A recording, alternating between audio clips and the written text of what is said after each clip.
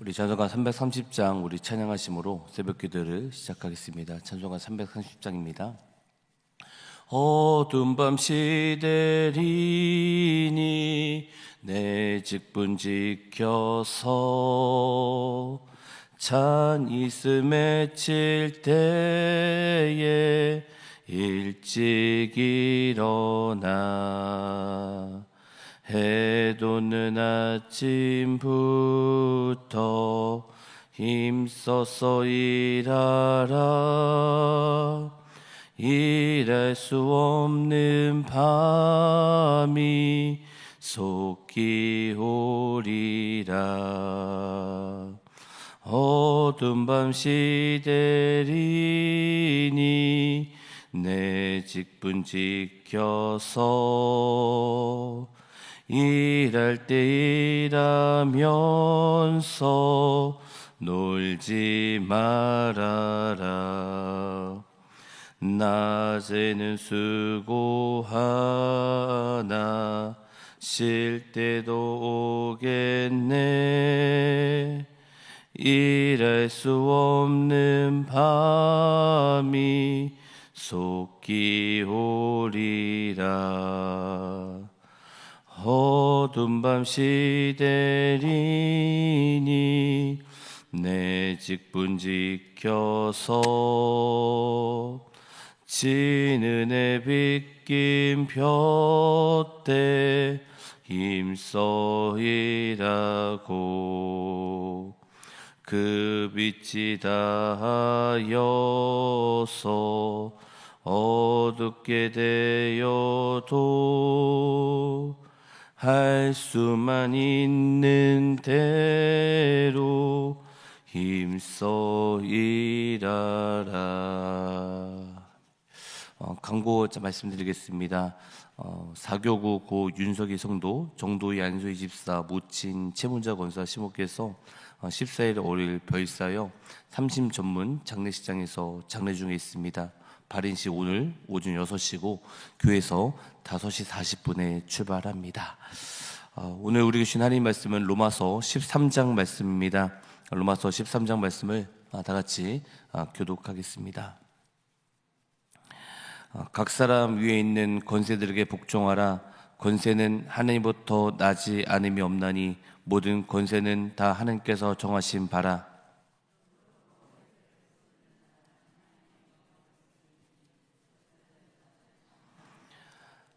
다스린 자들은 선한 일에 대하여 두려움이 되지 않고 악한 일에 대하여 대나니 내가 권세를 두려워하지 아니하느냐. 선을 행하라. 그러면 그에게 칭찬을 받으리라.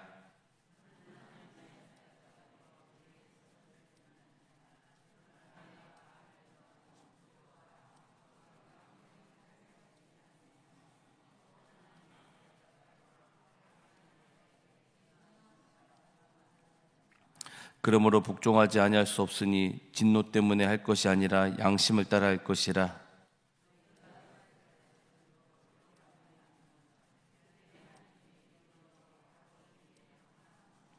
모든 자에게 줄 것을 주되 조세를 받은 자에게 조세를 바치고 간세를 받을 자에게 간세를 바치고 두려워할 자를 두려워하며 존경할 자를 존경하라.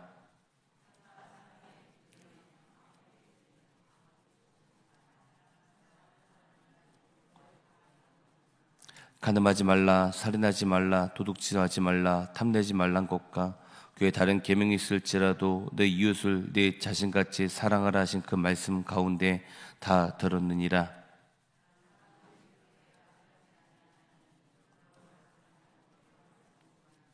또한 너희가 이 시기를 알고냐. 자다가 깰 때가 벌써 되었으니 이는 이제 우리 구원이 처음 믿을 때보다 더 가까웠습니다.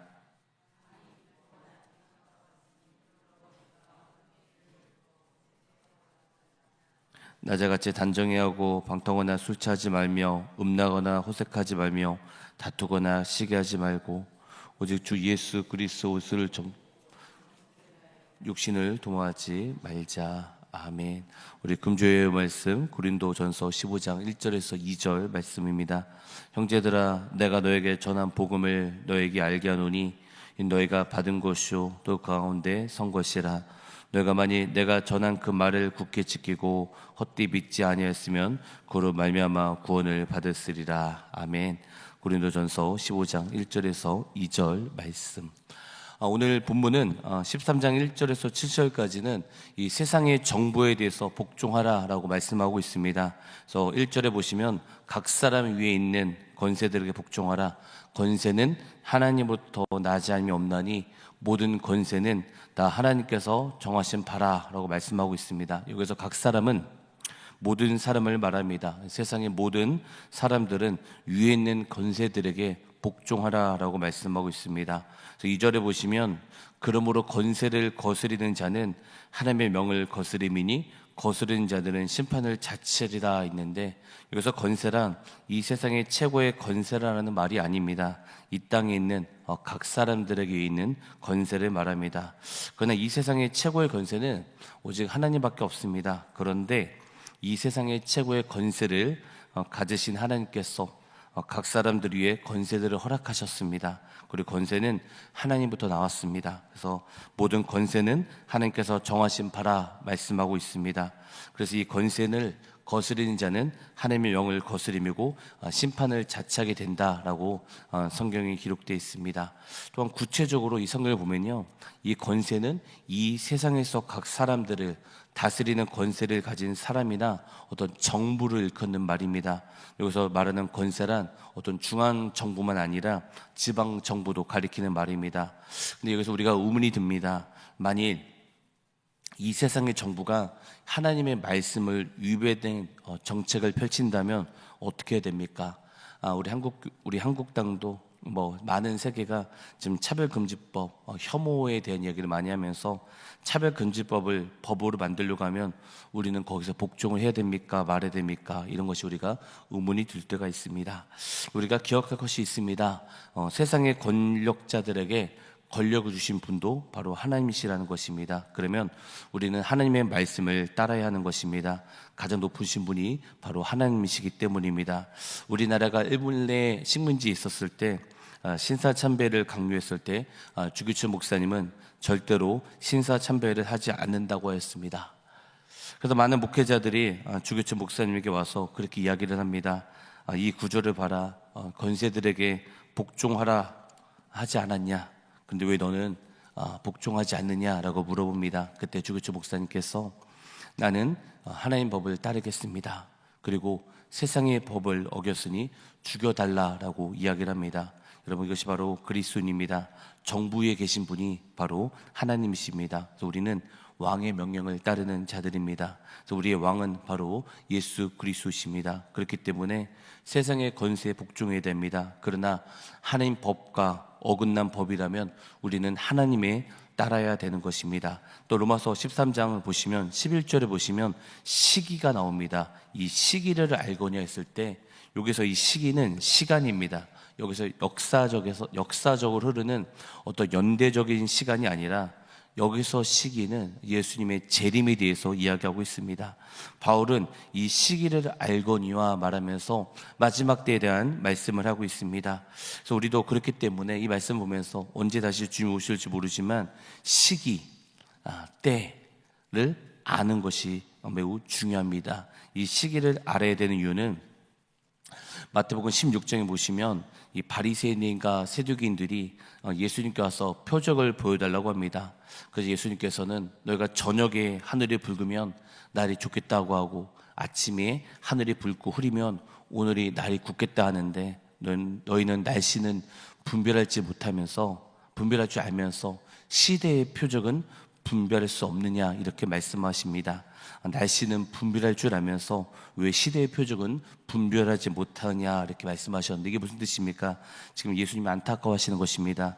지금 시험하는 바리새인들과 사두개인들을 보면서 예수님이 안타까워합니다. 그래서 하늘을 붉고 흐리는 걸 보면 비가 오겠다고 하는 것을 예측하면서 시대의 표적을 보면서 예수님이 메시아인 것을 알지 못하는 것을 바리새인들과 사두개인들을 보시면서 안타까워하는 모습이 마태복음 16장이십니다.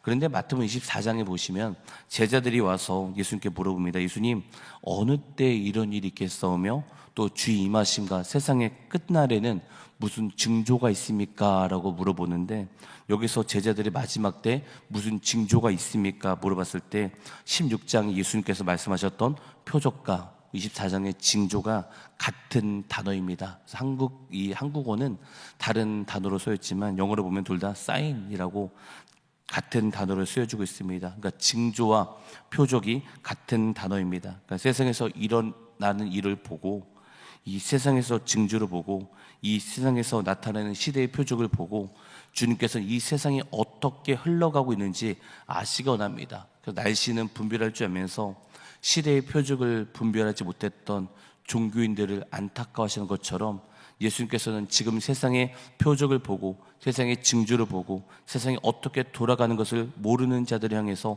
안타까워하시는 것입니다. 로마서 13장 11절처럼 또 너희가 이 시기를 알고 오냐 자다가 깰 때가 벌써 되었노니 이는 이제 우리의 구원이 처음 믿을 때보다 가까웠습니다. 이런 말씀하셨던 것처럼 우리는 바울이 말씀처럼 이 시기를 알고냐 구원이 처음보다 가까웠다라는 것을 주목해야 됩니다. 지금 지구적으로 일어나고 있는 징조와 표적을 보면서 우리는 주님의 오심을 여러분 기다려야 됩니다. 그럼 대표적으로 지구적으로 일어나는 징조가 무엇입니까? 아브라함이 있었습니다. 아브라함은 이 아내 사라에게 하나님께서 말씀하십니다. 내가 너에게 자녀를 주겠다라고 말씀합니다. 근데 사라는 자녀를 낳지 못합니다. 그래서 사라가 아브라함에게 이야기합니다. 내가 자녀를 낳을 수 없습니다. 그러니 나의 여종 하갈과 동침을 하라고 합니다. 그래서 동침을 해서 자녀를 낳습니다. 그래서 아브라함은 하갈과 동침을 합니다. 그래서 하갈에서 태어난 자녀가 누구냐면 이스마엘입니다. 그리고 나서 이스마엘이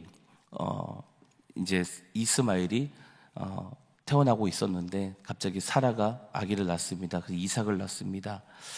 이스마엘과 이삭이 싸우게 됩니다. 그래서 결국은 하갈과 이스마엘이 쫓겨나게 됩니다. 근데 그때 하나님께서 이스마엘을 향해서 예언을 하시는데 그것이 창세기 16장 11절 12절 말씀인데 이런 말씀합니다.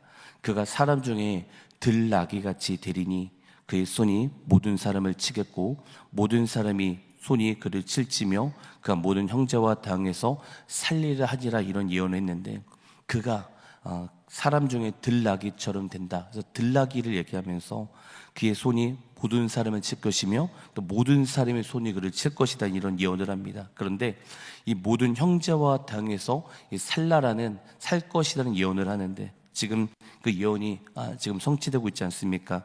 4천년 전의 예언이 지금 말씀이 지금 성취되고 있습니다. 종교 간의 싸움, 이삭과 이스마엘의 싸움이 예언의 하나님의 말씀이 4천년에 있어서 예언이 이루어지고 있습니다. 그래서 지금 이스라엘, 팔레스타인, 레바논, 시리아 전쟁 난 이유가 무엇입니까? 바로 이삭과 이스마엘의 싸움입니다. 좀 더 구체적으로 말씀드리겠습니다. 예수님께서 십자가에 지시기 전에 예수님은 예루살렘을 보시면서 우십니다. 그리고 예수님께서는 예루살렘 성전을 향해서 예언하십니다. 돌 하나도 남지 않고 무너질 것이라는 예언을 합니다.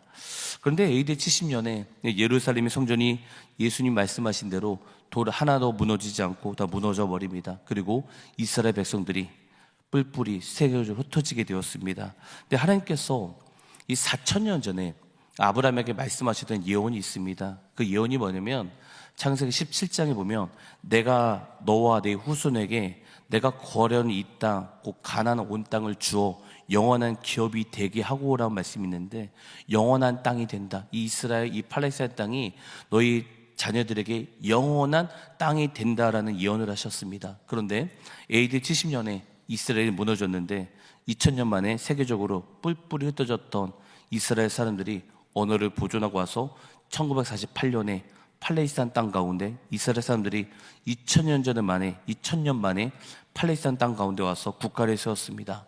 그리고 팔레스타인 땅 가운데 깃발을 세우고 이 땅은 하나님께서 아브라함에게 4천년 전에 우리에게 준 땅이다 라고 이야기하면서 이 팔레스타인 땅을 빼앗았습니다.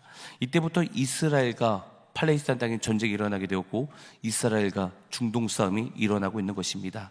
그래서 2000년 동안에 나라가 없어졌는데 생긴 것은 기적입니다. 그래서 1000년 동안 아니면 100년 동안 나라가 없어졌는데 다시 생겼다 해도 기적입니다. 그런데 2000년 만에 다시 나라가 생기게 되었습니다. 그러더니 이제부터 이스라엘과 팔레스타인 싸움이 일어나더니 종교 간의 싸움이 일어나고 있습니다. 그래서 이삭과 이스마엘의 싸움, 그들이 지구촌으로 싸움. 그래서 하나님께서 4000년 전에 말씀하셨던 그 예언, 이스마엘에게 말씀하셨던 그 예언, 들나귀처럼 온 세계와 대항할 것이다. 그 예언이 지금 우리가 보고 있는 것처럼 뉴스만 틀면 보고 있는 것입니다.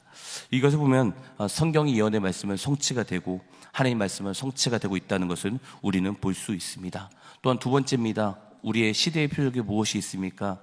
마태복음 24장에 보면은 불법이 성함으로라고 있는데 불법은 이 아노미라고 합니다. 그래서 아노미라는 언어는 무법, 무질서의 상태, 신이나 법의 무시를 뜻하는 그리스어에 나오는 이 아노미아에서 나온 단어입니다. 즉 아노미, 즉 불법입니다. 불법이 성함으로, 즉 하나님의 말씀이 법이 불법을 만들려고 하고 있습니다. 그래서 지금 세계적으로 동성애, 종교 차별법, 요즘 우리 대한민국도 뉴스만 틀면 혐오 나오는데 앞으로는 우리 대한민국도 동성애 차별법이 통과될 것입니다. 세계적으로 법으로 이 규범을 만들려고 하고 있습니다. 그래서 왜 이렇게 법이 만듭니까? 앞으로는 이 성경책에 불법이 돼야 마지막 때 이런 일이 있을 것이라 성경에 기록되고 있습니다. 또 어떤 표적이 있습니까? 이 천국 복음이 모든 민족에게 증언되게 오면 그제야 끝이 오리라 말씀하셨는데 지금 우리 전 세계에서 가장 복음이 증거되고 있는 땅이 어디입니까? 이란, 아프가니스탄, 페르시아 민족입니다. 이슬람 국가입니다. 나라 법이 여러분 이란, 아프가니스탄은 여건 가운데 이 땅은 이슬람 땅입니다라고 적혀 있습니다. 그러니까 나라가 이슬람 법을 따르고 있습니다. 그런데 그런 가운데 2005년부터 시작해서 예수를 믿는 자들이 지금 1000배의 부흥이 넘는다고 합니다. 지구 역사상 1000배의 부흥은 없었습니다. 그런데 1000배의 부흥, 엄청난 속도로 민족의 복음이 증거되고 있습니다. 우리는 이런 지구적인 현상들을 보면서 우리는 지금 이 시대는 종말을 향해 달려갈 수 있다 볼 수 있습니다. 지금 세계는 예수님께서 말씀하신 대로 세상을 돌아가고 있습니다. 그래서 하나님 말씀하시고 예언하시고 예언을 성취하시는 분이십니다. 너무 신기한 것은 세상은 처음부터 끝까지 주의 말씀대로 세상이 돌아가고 있습니다. 그렇기 때문에 이 마지막 시대 가운데 우리가 가장 붙잡아야 될 것은 뭐냐면 바로 진리이신 예수 그리스도 그리고 성경 말씀입니다. 성경 말씀을 반드시 붙잡아야 되는 것입니다. 한번 말씀하신 것이 반드시 이루어지는 책이 바로 성경 말씀이고 그 말씀을 보면서 우리는 하나님은 살아계신다, 하나님을 따라야 된다라는 것을 우리는 거듭거듭 생각하면서 다짐해야 됩니다. 예수님께서 한번 말씀하시면 그 말씀은 성취가 되는데 마태복음 24장에 보면은 미혹이라는 단어가 3번 나옵니다. 그렇기 때문에 세상은 점점 어두워지고 점점 미혹되는 것이 이 세상일 것입니다. 세상은 점점 어두워질 것입니다. 그러나 이런 어두운 시대 속에서 하나님의 말씀은 빛으로 우리를 비춰주실 것입니다. 말씀은 빛입니다. 그래서 어두운 세상 속을 비춰주는 것이 바로 말씀이기에 하나님의 말씀의 기준을 삼고 그 말씀을 따르셔야 됩니다. 그렇기 때문에 베드로전서 1장 24절을 보시면 육체는 풀과 같고 그 모든 영광은 풀의 꽃과 같은데 풀은 마르고 꽃은 떨어지되 오직 주의 말씀은 세세토록 있도다 하였으되 말씀하고 있습니다. 그러니까 주님 말씀하시고 예언하시고 성취하신 분이시기 때문이고 우리는 주님의 말씀을 붙잡고 반드시 주님의 말씀이 성취된다라는 말씀을 믿고 믿음을 가지고 절대적인 권위를 말씀에 두고 살아야 됩니다. 이런 모든 것은 없어집니다. 그러나 우리 하나님의 말씀은 영원히 영원합니다. 그런데 마지막 때 여러분 사람들의 현상에 대해서 나오고 있습니다. 디모데후서 3장 1절을 보시면 너는 이것을 알라 말세에 고통한 때가 이르러 했는데 사람들이 자기를 사랑하고 돈을 사랑하고 자랑하고 교만하고 비방하고 부모를 거역하며 감사하지 않으며 거룩하지 않으며 무정하며 원통함을 풀지 못합니다. 팍 소리 지르고 모함하고 절제하지 못하고 사나우며 선한 것을 좋아하지 않습니다. 배신하며 조급하며 자만하며 쾌락을 사랑하기를 하나님 사람보다 더 사랑하며 이런 말씀이 있습니다. 경건의 모양은 있으나 경건의 능력은 부인한다라고 마지막 때 기록되고 있습니다. 이 말씀은 어떤 세상의 사람들이 얘기하고 있는 것이 아니라 하나님을 믿는 자들, 교회 다니는 사람들을 보고 얘기하고 있는 것입니다. 경건의 모양은 있을 것이다. 그러나 경건의 능력은 부인하는 자들이다. 이런 자들을 너가 돌아서라, 이렇게 얘기하고 있습니다. 사람들이 점점 악해지고 있습니다. 그리고 믿는 자들도 경건의 모양은 있는데 경건의 능력은 부인하게 됩니다. 우리가 가장 중요한 것은 경건의 모양이 아니라 경건의 능력입니다. 능력이 있어야 됩니다. 능력은 우리가 단련해서 생기는 것이 아닙니다.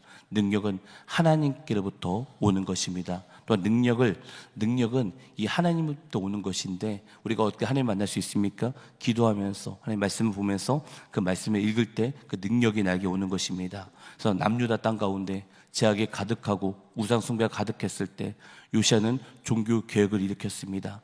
하나님 말씀을 듣다가 종교 개혁이 일어납니다. 말씀을 들은 요시아 왕은 옷을 찢습니다. 그러더니 왕은 언약을 세우게 됩니다. 성경을 읽었는데 성경 말씀 가운데 전무후무한 개혁이 일어나게 되었습니다.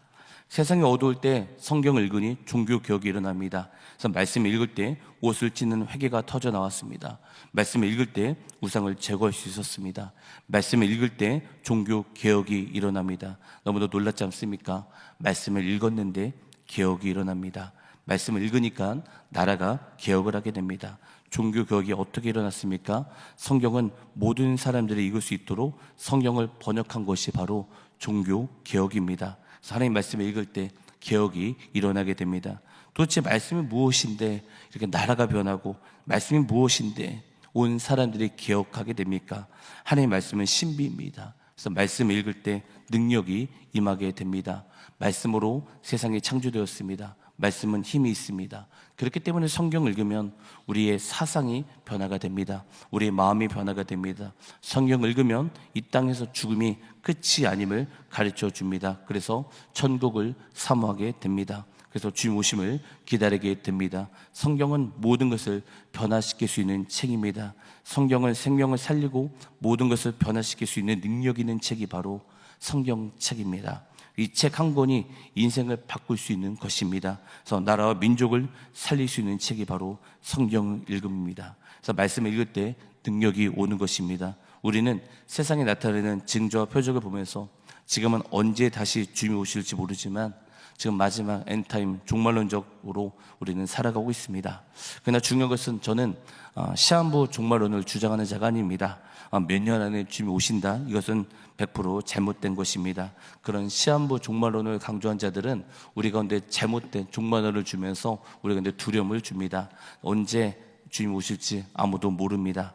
주님의 오심을 준비하자는 것입니다. 어떤 자들은 이런 현상을 보면서 지금 주님이 오시기에 가까우니 산에서 올라가서 살자, 돈을 다 바치자, 이런 말을 하는 자들도 있습니다. 그러나 잘못된 것입니다. 마지막 때는 오순절 성령 사건이 일어남부터 마지막 시대로 들어간 것입니다. 그래서 예수님이 100년 뒤에 오실지 아니면 1000년 뒤에 오실지 우리는 아무도 알 수 없습니다. 내일 오실지 아무도 모르지만 항상 깨어서 주의 오심을 기다리는 자가 되어야 되는 것입니다. 그래서 예수님께서 너희도 준비하고 있으라, 생각지 않는 날에 인자가 오리라 말씀하십니다. 예수님께서 준비하기 원하십니다. 그리고 그들이 사러 간 사이에 신랑의 업무로 준비했던 자들도 함께 혼인잔치에 들어가고 문을 닫힌지라 했는데 하나님께서 우리가 준비하기 원하십니다. 하나님은 우리가 준비하길 원하십니다. 무엇을 준비해야 됩니까? 우리가 방금 로마서 13장 14절 본문처럼 오직 주 예수 그리스도 옷 입고 그리스도 옷을 입으라고 권하고 있습니다. 무슨 뜻입니까? 내 안에 하나님의 말씀으로 무장을 해야 된다는 것입니다. 그렇기 때문에 말씀을 붙잡는 훈련을 해야 된다는 것입니다. 그렇기 때문에 말씀을 붙잡고 내 안에 말씀을 무장하고 그리고 내 안에 성령이 계셔야 됩니다. 여러분, 우리가 정말 그리스도인이 되어야 됩니다.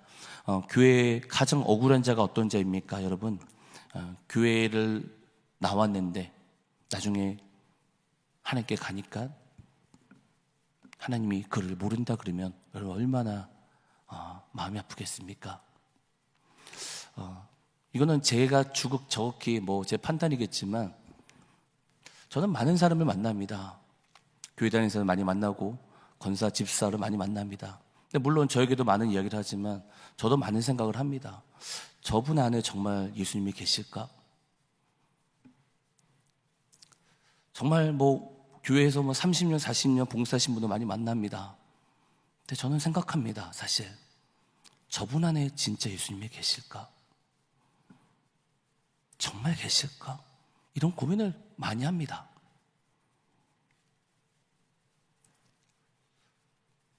안타까운 현실 아니겠습니까? 교회를 다니는 사람은 많습니다. 그러나 예수님을 믿는 자들은 많이 없는 것 같습니다. 경건의 모양에 있는 자들은 많은 것 같습니다. 그러나 경건의 능력이 있는 자는 없는 것 같습니다.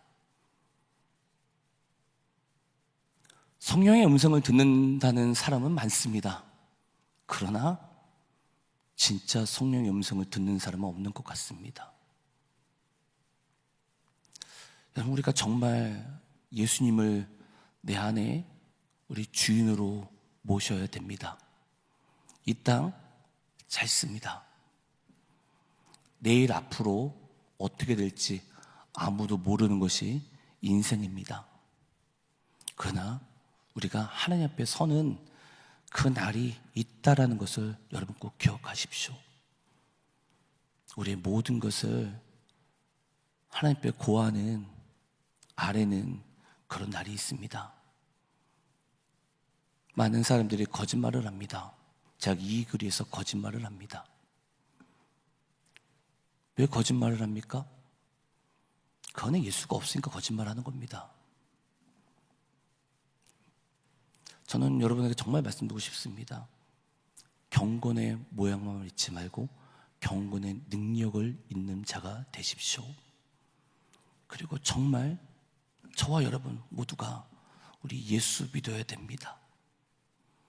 예수가 우리 왕이시고 예수가 나의 주인이시고 우리가 주여 주여만 하는 것이 아니라 진짜 우리 안에 예수님이 정말 계셔야 됩니다. 예수님을 여러분 왕으로 모십시오. 예수님을 주인으로 모십시오. 말씀을 정리하도록 하겠습니다. 오직 주 예수 그리스도 옷 입고 그리스도 옷을 입으라고 합니다. 여러분, 내 안에 예수 그리스도를 모셔야 됩니다. 기도하겠습니다. 하나님 감사합니다. 우리 성도님들 한 분 한 분 주의 손 올려드립니다. 하나님을 사랑하고 예수님을 우리의 왕, 나의 주인으로 모실 수 있는 은혜를 부어 주시옵소서. 언제 다시 주님 오실지 모르지만 주님 오심을 기다리고 주님 오심을 준비하는 자들이 될 수 있도록 은혜 부어 주시옵소서. 그리고 주님께 감사해서 귀한 예물 드립니다. 이 예물 받아주시고 또 우리도 주님께 산제사를 드리오니 우리도 주님 받아주시옵소서. 감사하며 예수 이름으로 간절히 기도드립니다. 아멘. 하늘에 계신 우리 아버지 이름을 거룩하게 하시며 아버지의 나라가 오게 하시며 아버지의 뜻이 하늘에서와 같이 땅에서도 이루어지게 하소서. 오늘 우리에게 일용할 양식을 주시고 우리가 우리에게 잘못한 사람을 용서해 준 것 같이 우리 죄를 용서하여 주시고 우리를 시험에 빠지지 않게 하시고 악에서 구하소서. 나라와 권능과 영광이 영원히 아버지의 것입니다. 아멘. 우리 주여 한번 부르시고 같이 기도했으면 좋겠습니다. 주여, 주님 하나님 아버지 감사합니다. 이 시간 하나님 아버지 오늘 이렇게 로마서 말씀을 아버지 하나님 우리가 읽고 들을 수 있도록 도우신 것 너무도 감사합니다.